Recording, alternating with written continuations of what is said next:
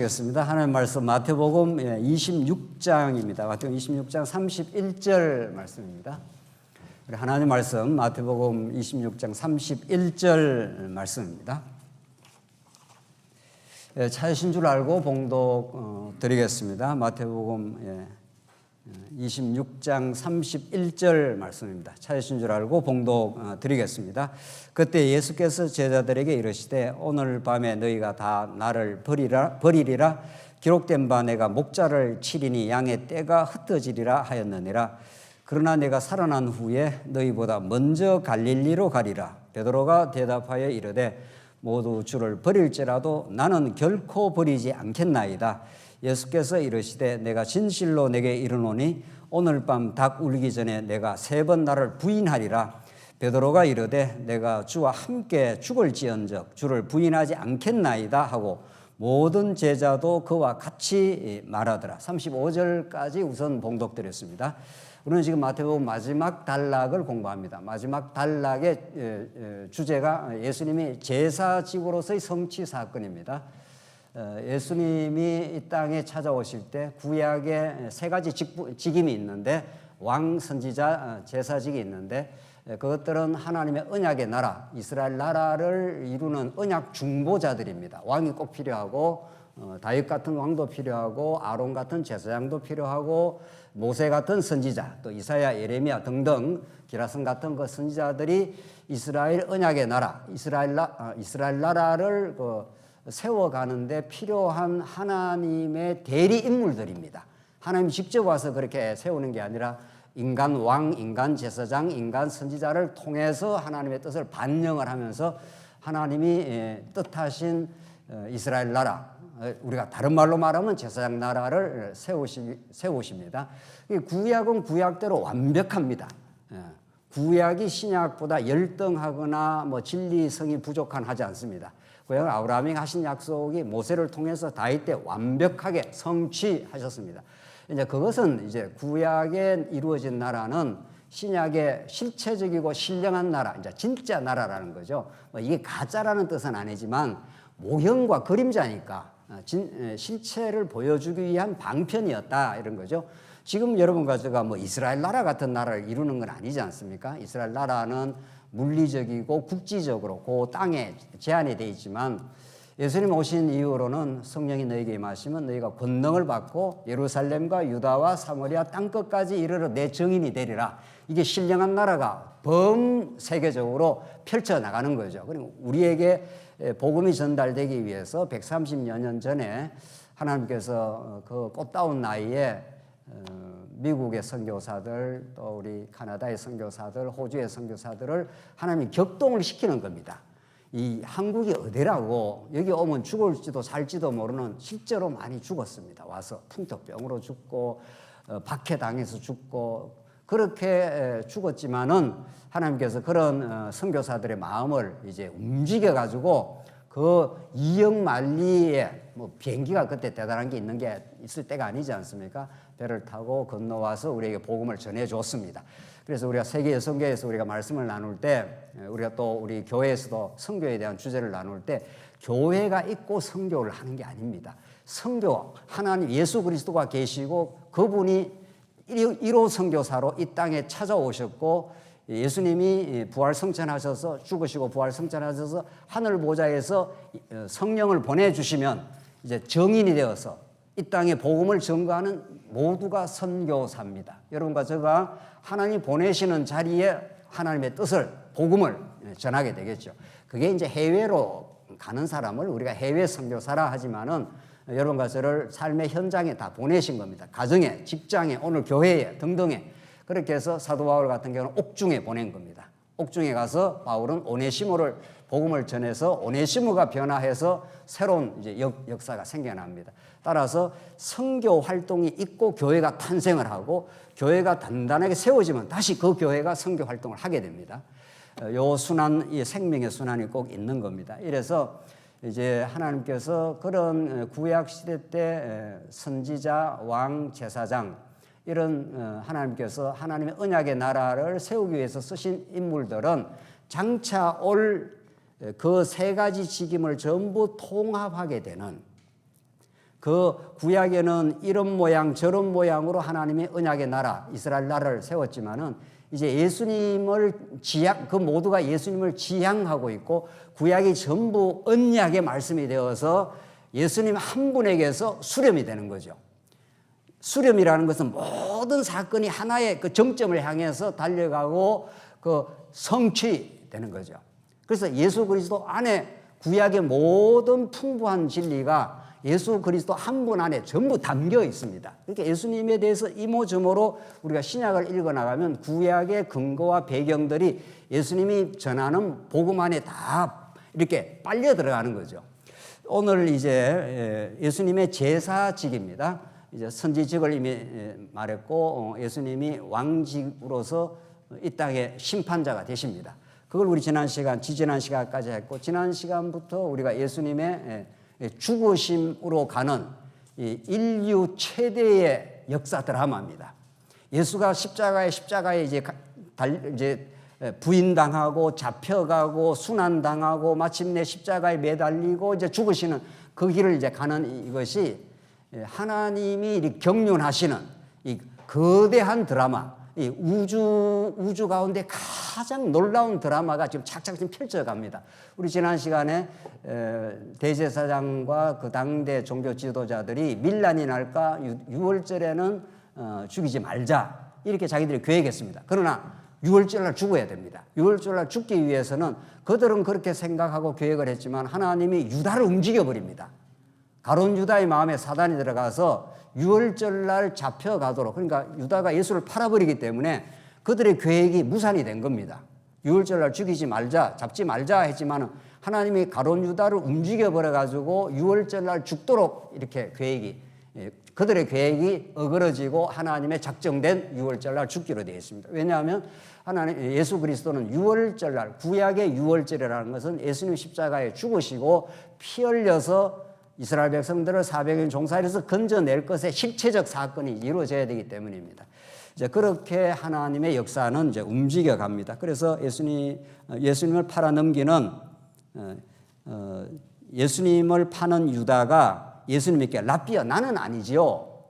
이렇게 지금 너스레를 떨지 않습니까? 마음으로는 이미 팔아서 죽이기로 사단이 지금 가룟 유다한테 들어갔습니다. 그런데 예수님의 면전의 앞에서는 나는 아니지요. 이렇게 하면서 이제 발을 빼는 겁니다. 이런 과정에서 예수님께서 이제 최후의 만찬에서 잔을 가지시고 이것을 마시라. 떡을 이제 나누어 주면서 이것을 먹어라. 이러면서 이것이 많은 사람을 위하여 흘리는 바 나의 피, 곧 언약의 피다. 내가 구약의 그 모든 언약들, 하나님 나라를 하나님이 세우신다는 그 언약들, 모세 언약을 통해서 그 많은 그 율법적 통치들, 이 모든 것들이 이제 예수님의 십자가라고 하는 그 사건 안에서 전부 수렴이 되고 규결이 되고 예수님이 다 이루었다. 이제 그렇게 이 역사가 이제 진행이 됩니다. 그러면서 내가 곧 죽을 것이다. 내가 포도나무에서 난 것을 이제는 하나님의 나라에서 새 것으로 너희와 마실 때까지는 이제 안 마신다. 그래서 이것은 하나의 죽음을 예고하는 것이고 실제로 그렇게 십자가에서 죽는다.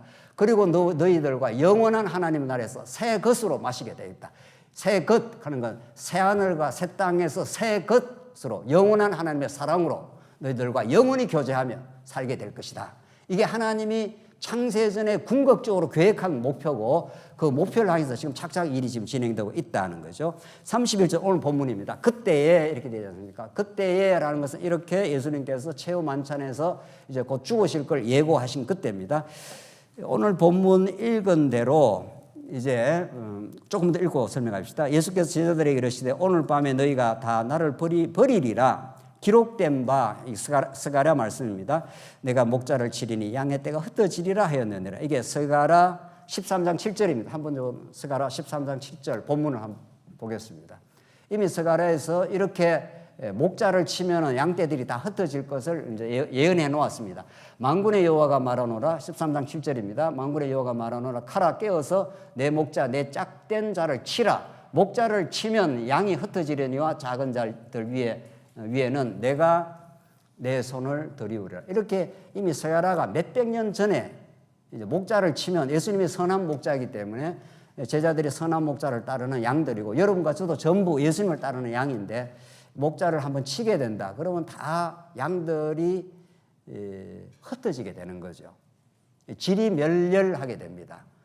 이제 하나님이 보내신 선한 목자, 하나님이 보내신 진짜 왕이신데 그가 한번 죽음에 이르는 그 과정을 거쳐야 언약 백성들이 아담 타락 이후 모든 자들이 영적인 죽음을 우리가 겪었지 않습니까? 우리는 다 부모로부터 태어났지만 육신의 생명은 가지고 태어나지만 영적으로는 죽은 상태입니다.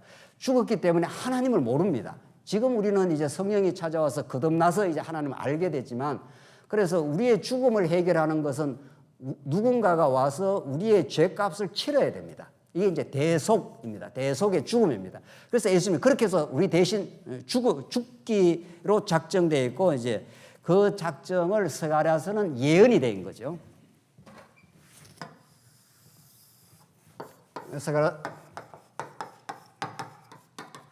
목자를 치리니 양들이 다 흩어질 것이라고 몇백 년 전에 한 말씀이 그대로 이제 성취된 거죠. 그래서 오늘 본문에 기록된 바 내가 목자를 치리니 양의 떼가 흩어지리라 하였느니라. 그러나 내가 살아난 후에 너희보다 먼저 갈릴리로 가리라. 그러니까 예수님은 앞으로 될 일을 그 프로그램을 미리 다 알려주시는 겁니다.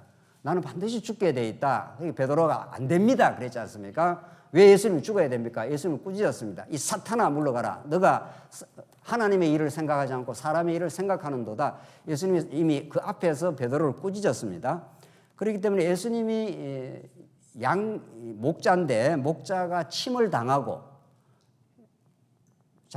그 당시에 바리새인들과 종교 지도자들에 의해서 칼과 몽치를 가지고 와서 예수님을 잡아서 예수님을 치게 됩니다. 이제 치게 되면 양떼가 다 흩어질 것을 이제 예언을 하시고 죽고 나서 내가 살아난 후에는 너희보다 먼저 갈릴리로 가리라.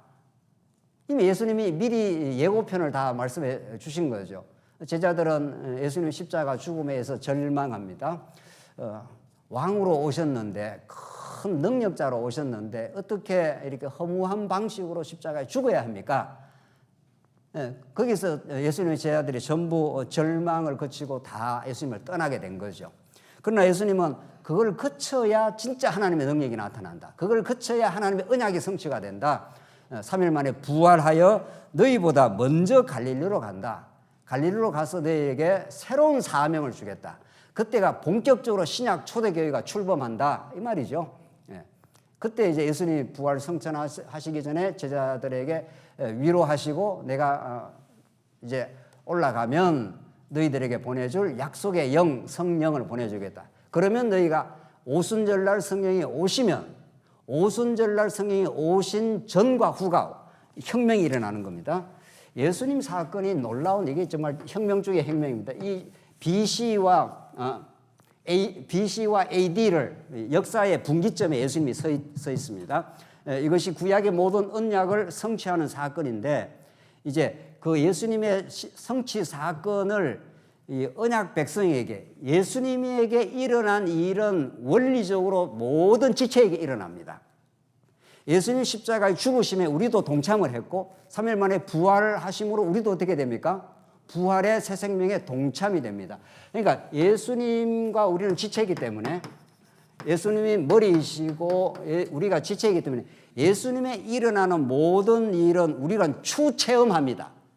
따라가면서 다 체험을 합니다. 왜냐하면 예수님이 머리이기 때문에 예수님이 행하시는 모든 일에 우리가 동참이 되기 때문이다. 이걸 그리스도와 연합이라고 합니다.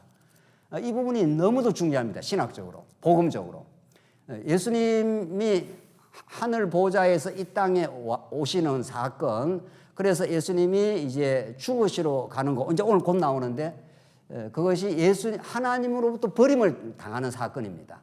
그러니까 우리가 여러분과 제가 영원히 버림을 받아 영원한 지옥으로 가야 마땅한데 죄값대로 예수님이 그 죄를 걸머지시고 하나님으로부터 버림을 당하는 그 사건이 십자가의 죽음의 코스입니다.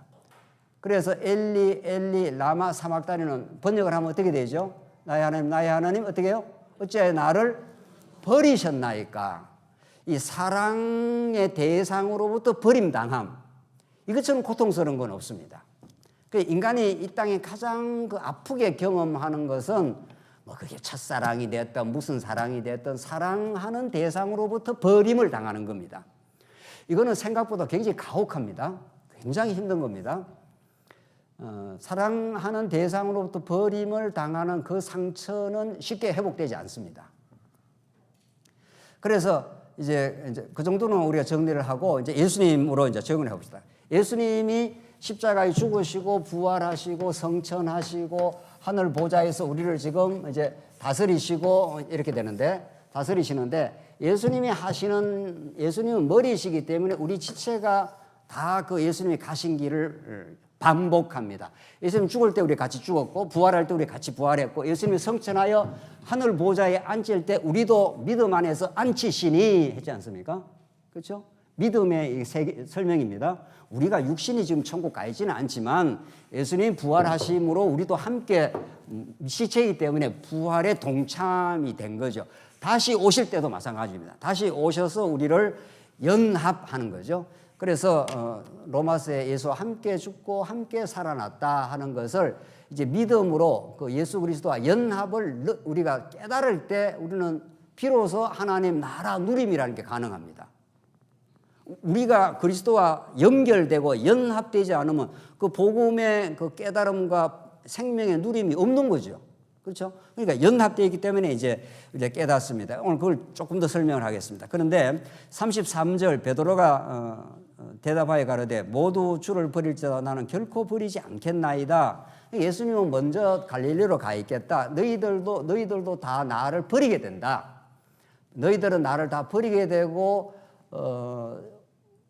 이제 복음에 대한 소망을 잃어버리고 원래 삶의 형편으로 돌아가는 거죠. 갈릴리에서 고기 잡아 먹던 예수님의 제자들이 메시아가 왔다고 해서 메시아를 만났다고 해서 그렇게 기뻐하고 소망을 가졌는데 자기들이 기대한 메시아가 아닌 거죠.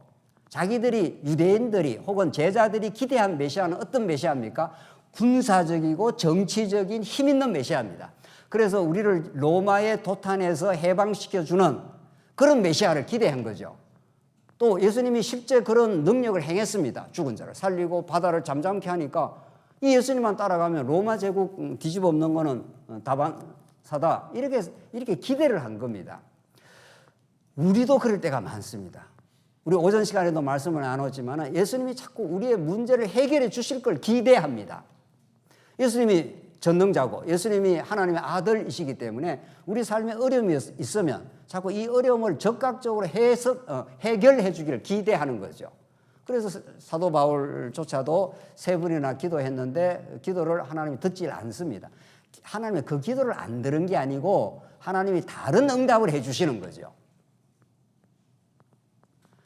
한국교회가 이렇게 세속화되고 이렇게 지금 한국교회가 힘을 잃어가는 이유가 뭡니까? 사람이 없습니까? 돈이 없습니까? 건물이 없습니까? 한국교회가.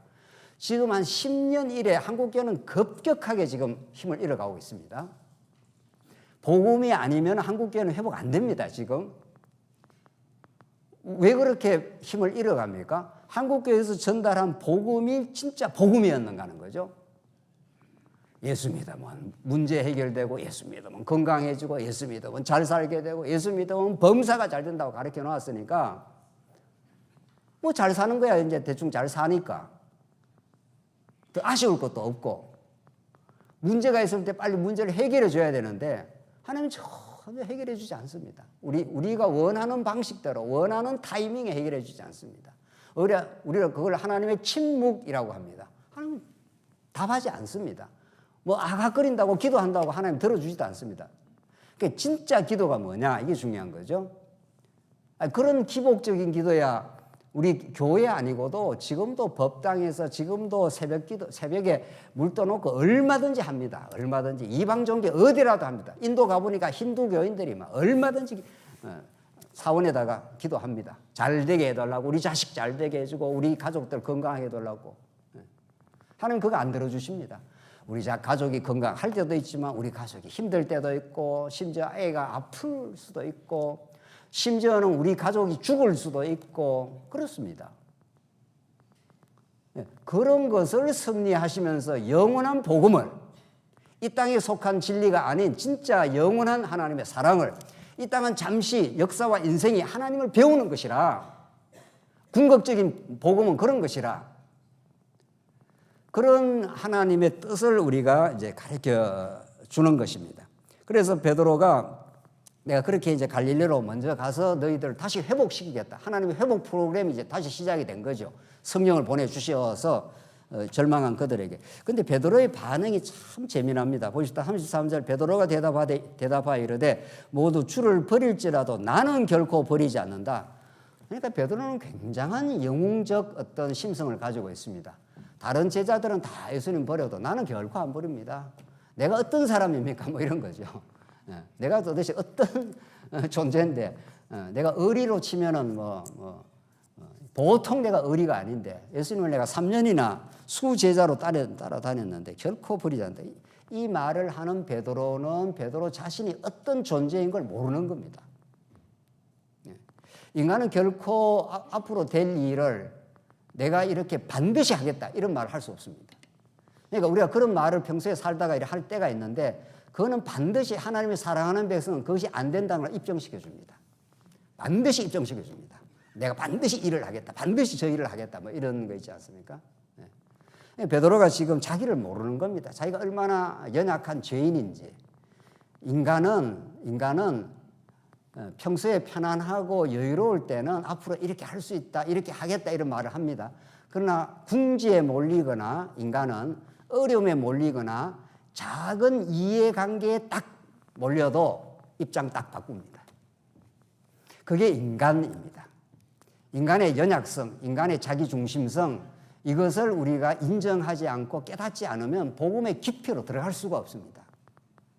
우리는 그렇게 대단한 영웅적 존재가 아닙니다.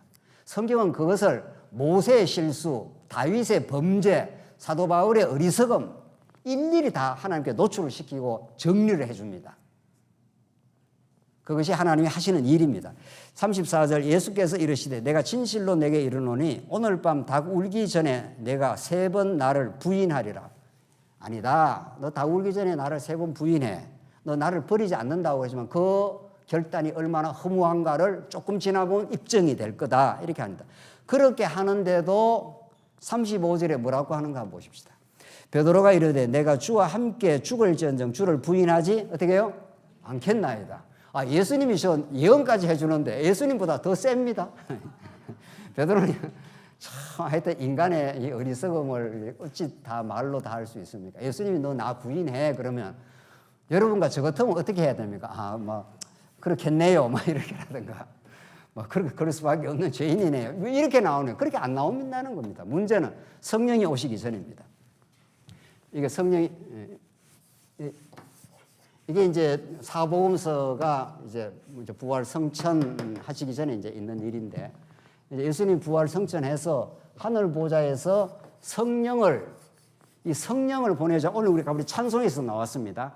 우리의 마음을 새롭게 한다 이런 찬송을 우리 했는데 성령이 오셔서 이건 혁명 중에 위대한 혁명입니다. 인간의 마음이 바뀌는 거.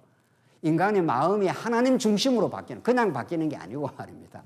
인간의 마음은 때때마다 바뀝니다. 돈에 의해서도 인간의 마음이 바뀌고 조그마한 인간의 친절에 의해서도 인간의 마음이 바뀝니다. 그런 거 마음이 바뀌었다 성경에서 말하지 않습니다. 인간의 마음이 바뀐다 하는 건 진짜 바뀌는 거. 자기 중심에 죄악된 무엇을 생각하기도 자기 중심으로 살아가던 인생이 하나님 중심으로 인간이 바뀌는 것, 이걸 회개라고 합니다. 회개는 인간이 할 수 있는 일이 아닙니다. 성령이 오셔서 만들어내는 역사입니다. 그러니까 하나님 중심으로 새 마음을 에스겔 37장이 말하는 대로 영이 찾아오셔서 새 마음을 가지게 될 때 그때 비로소 인간은 온 세상을 자신에 대해서 이웃에 대해서 새로운 마음을 가지게 됩니다. 하나님 중심으로 새 마음을 가졌다는 건 하나님이 여호와이심, 하나님이 역사의 주인이심을 인정한다는 뜻이고 내가 말할 수 없는 죄인이라는 걸 하나님께 앞에 고백한다는 뜻입니다. 내가 진짜 죄인이라는 걸 고백하는 마음이 생기면 다른 지체에 대해서도 죄인임을 압니다. 그렇기 때문에 내가 죄인임을 깊이 깨닫고 깊이 알면 다른 지체의 실수에 대해서 그렇게 모질게 판단하지 않습니다.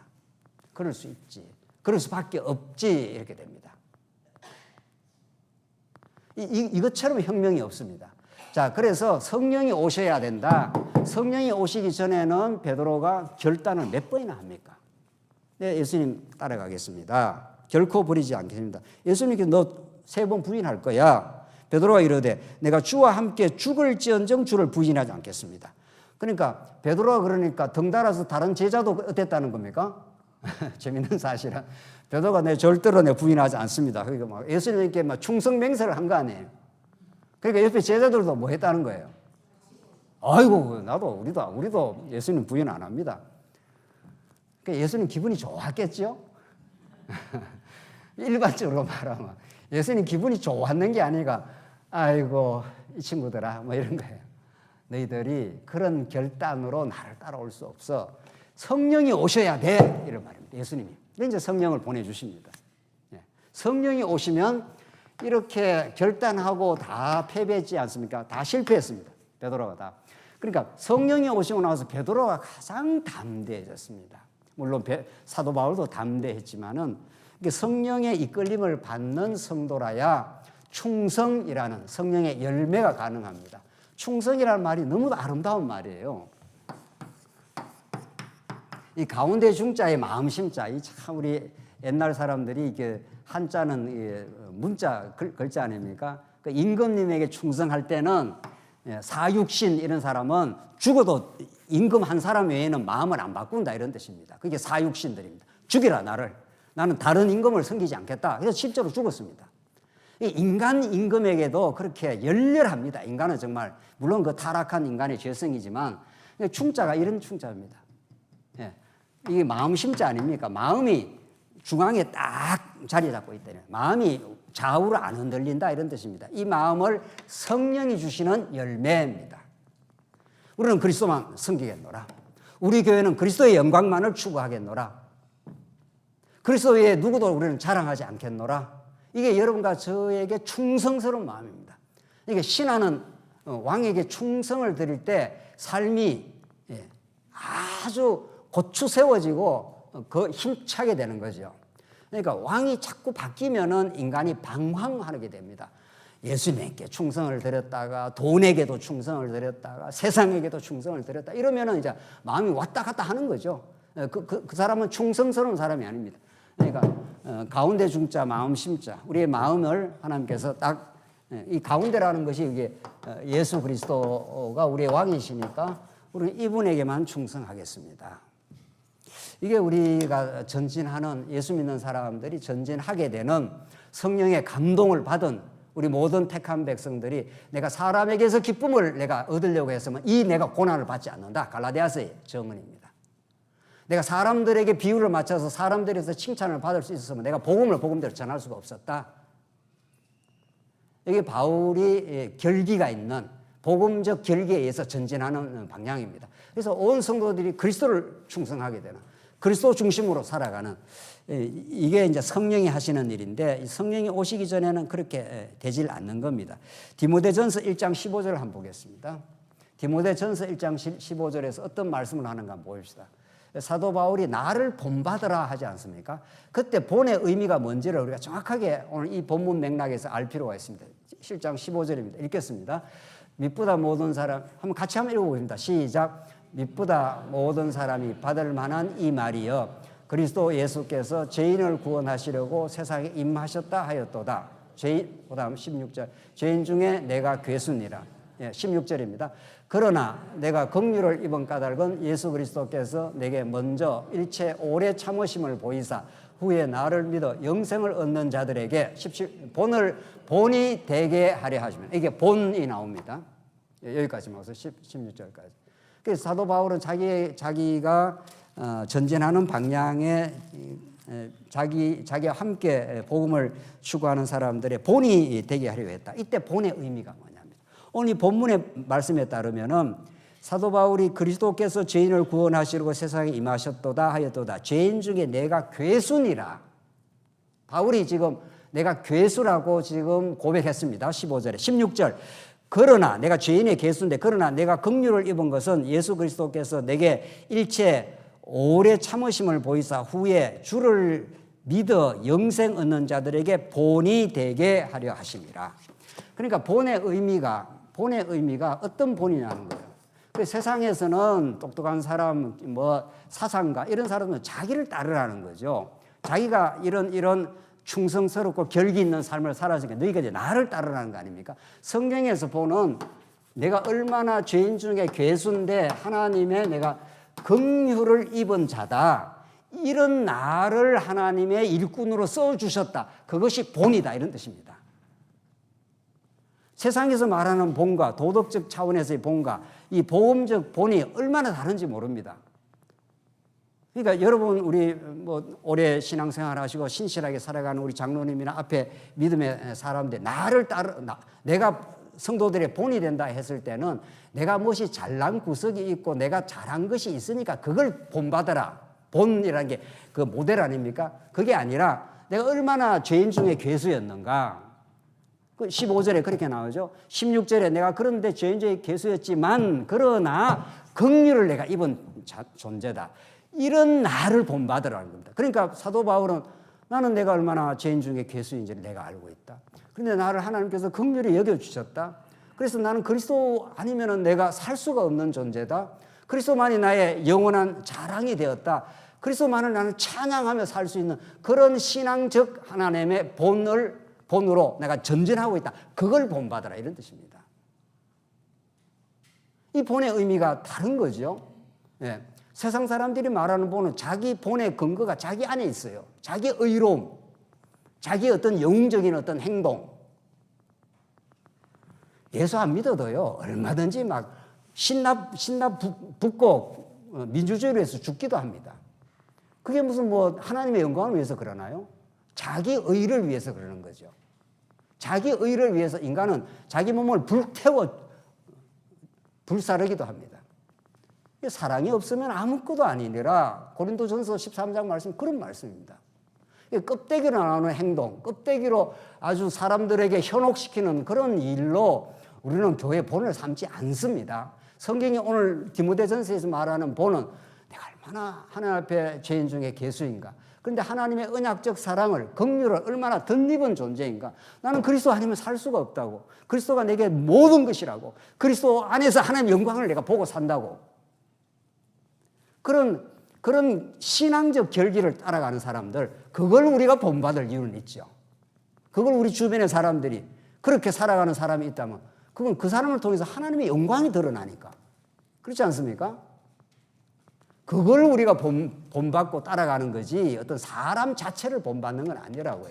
사람 자체 알고 보면 다 냄새나고 다 그런 거죠. 다 하나님 안 붙으시면 너나 할 거 없이 다 죄인들 아닙니까? 너나 할 거 없이.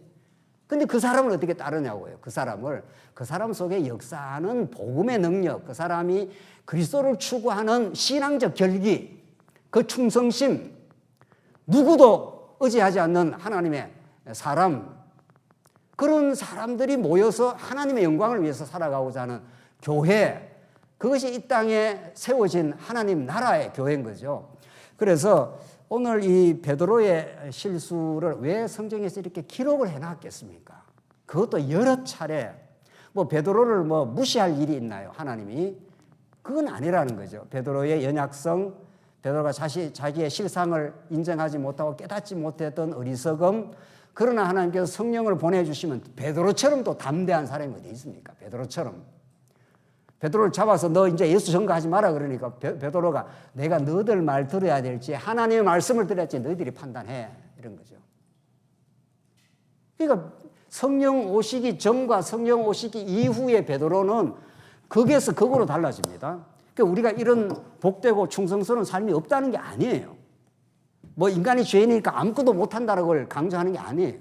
그런 모습이 과거의 모습이었지만 성령이 오시고 예수님이 십자가 죽고 부활 성천하에서 보내서 성령이 오시면 하나님이 새로운 길을 걸어가. 우리 교회가 하나님께서 그렇게 그 길을 걸어가기를 바라는 거죠.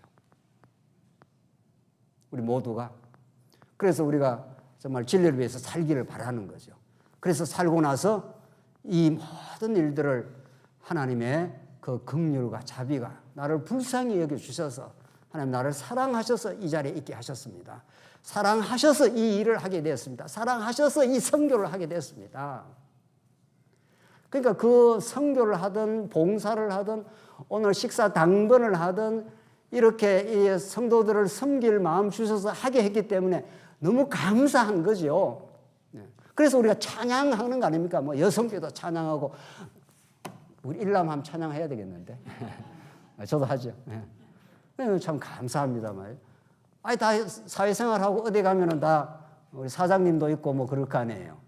비서 시키면 다 밥 가져오라 하면 밥도 가져오고 할 수 있는데 어떻게 교회에 오면은 사장님이 아니라 섬기는 종이 되어서 그렇게 성도를 위해서 사랑하고 식당 가서 설거지하고 하냐고요.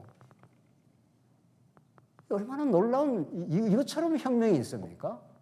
이것처럼 놀라운 하나님의 은혜가 있냐고요. 성경은 그걸 그렇게 베드로의 실수를 꼬박꼬박 기록함으로 베드로를 변화시키고야 말 십자가의 능력, 성령의 하시는 일, 이걸 강조하는 거죠. 36장 조금만 더 정리하겠습니다. 이에 예수께서 제자들과 함께 겟세마네라 하는 곳에 이르러 제자들에게 이르시되 내가 거기 가서 기도할 동안에 너희는 여기 앉아 있으라 하시고 베드로와 세베대의 두 아들을 데리고 가실새 고민하고 슬퍼하사. 이제 언약이 이루어질 때 오늘 이제 마지막 대목 요 한 가지만 정확하게 복음적으로 정리하십시다. 하나님의 언약이 이루어질 때 모든 건 역사 가운데 이루어지고 언약 성취니까 역사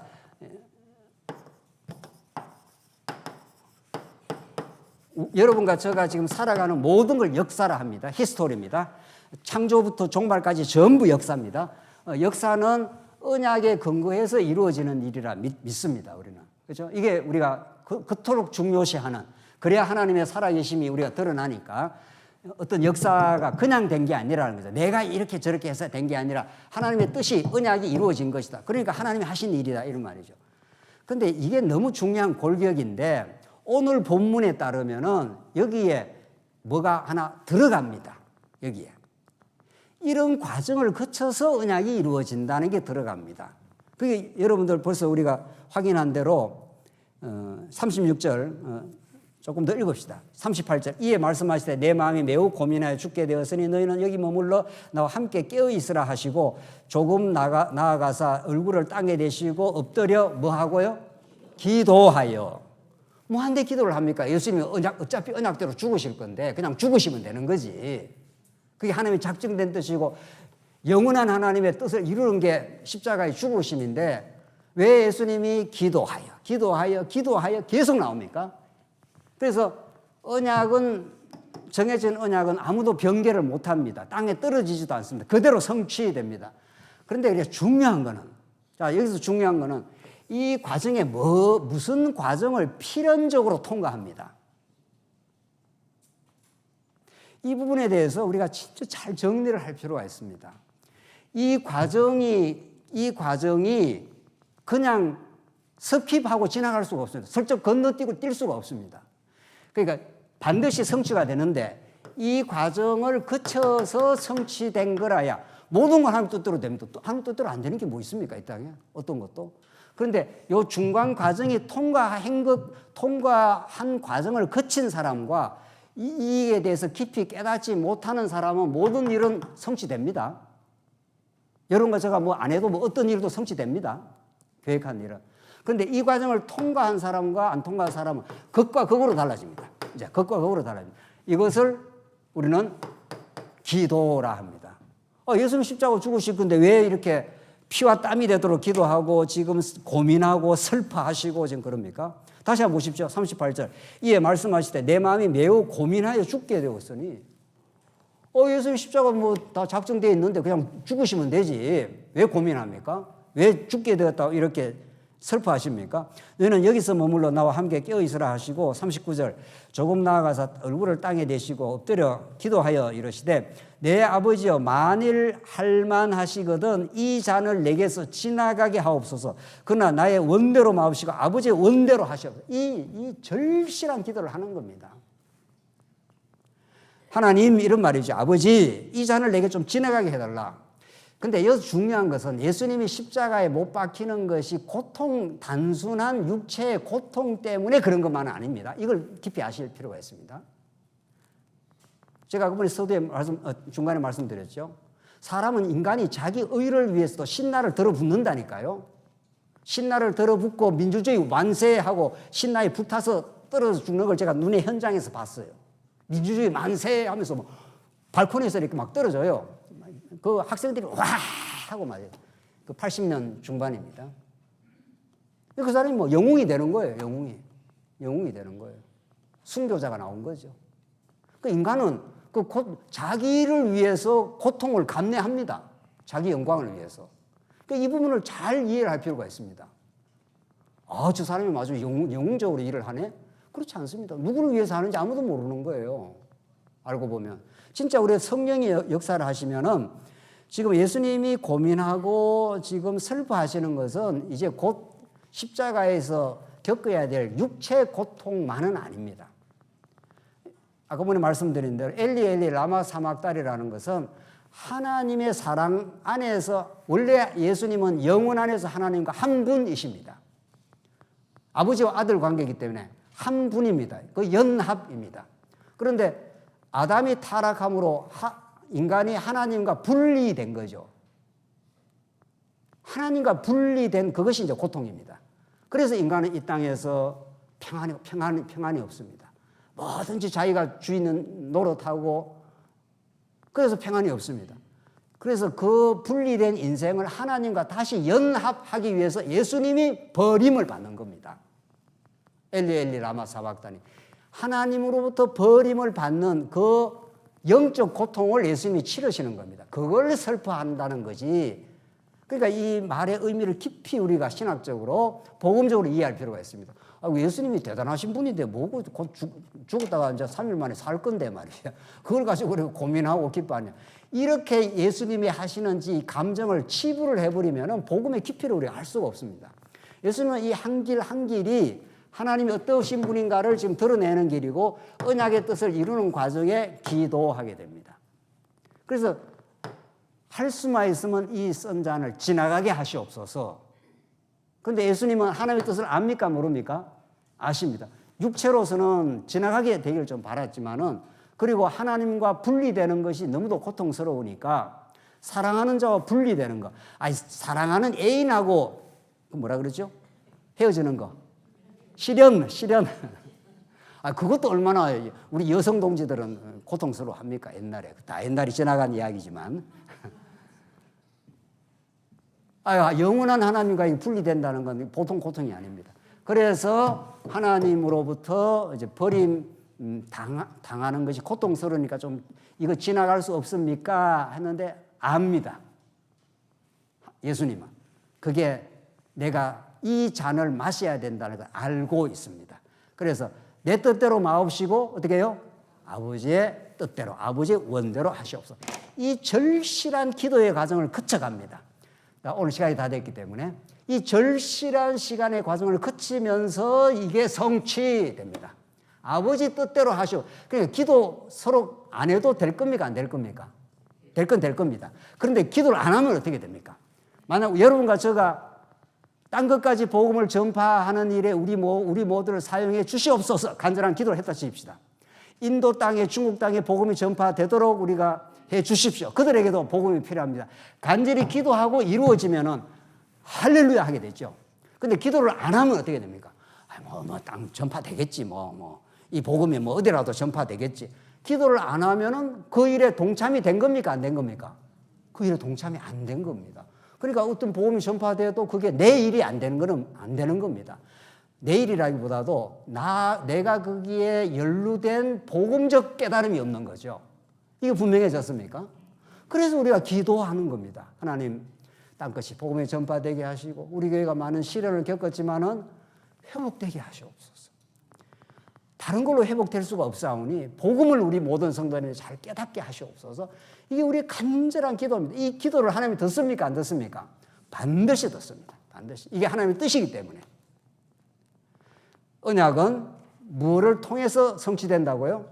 기도를 통해 성취됩니다. 그러니까 언약의 진리를 깨닫는 사람 반드시 기도하게 되어 있습니다. 그래서 늘 교회 오면 기도하고 우리 교회가 회복되기를 기도하고 땅끝으로 복음이 전파되기를 기도합니다. 예수님이 그렇게 하셨습니다. 우리 서두에 예수님이 하시는 일을 우리도 따라갑니까? 안 따라갑니까? 따라가게 되어 있습니다. 그러니까 예수님이 그렇게 하셨기 때문에 우리도 절실합니다. 우리도 절실하게 기도를 하게 됩니다. 하나님, 우리가 변화되게 하시고 우리가 복음을 잘 깨닫게 하시고 우리를 통해서 우리의 수고와 이 사랑의 수고와 협력을 통해서 땅끝으로 복음이 전파되게 하시옵소서. 이 기도를 하나님 반드시 들으실 거예요. 네. 기도하십시다.